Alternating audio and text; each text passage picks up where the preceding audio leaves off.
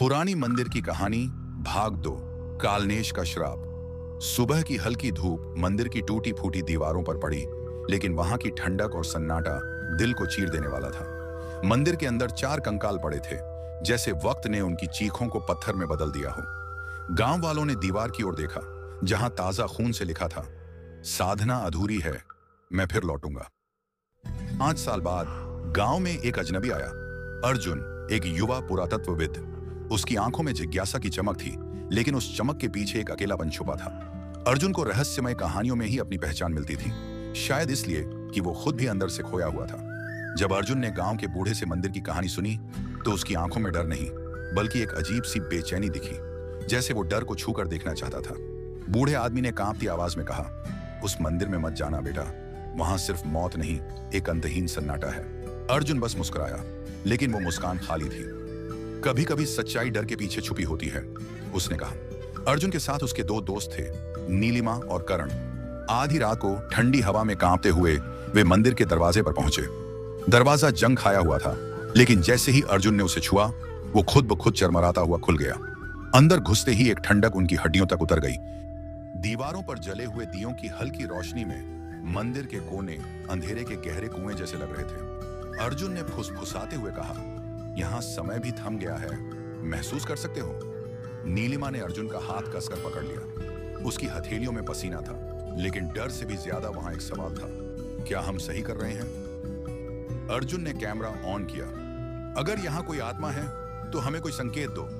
कुछ पल का सन्नाटा, फिर अचानक धड़ाम, दरवाजा जोर से बंद हो गया। उनकी सांसें रुक गईं। नीलिमा फुसफुसाई, अर्जुन, यह मजाक नहीं है। लेकिन अर्जुन आगे बढ़ा, जैसे डर उसे रोक ही नहीं सकता था।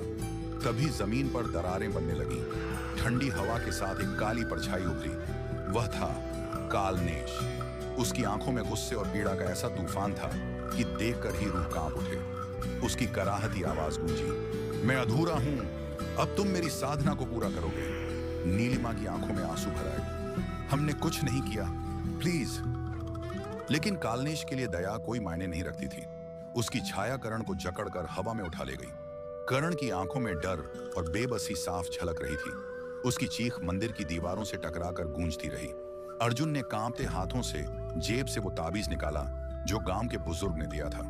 उसकी धड़कनें इतनी तेज थीं कि जैसे दिल अब फट जाएगा। तुम हमें नहीं तोड़ सकते, अर्जुन चिल्लाया। ताबीज की रोशनी कालनेश को पीछे हटाने लगी, पर वह हंसा, एक ऐसी हंसी जिसमें सदियों की पीड़ा, गुस्सा और पागलपन घुला था।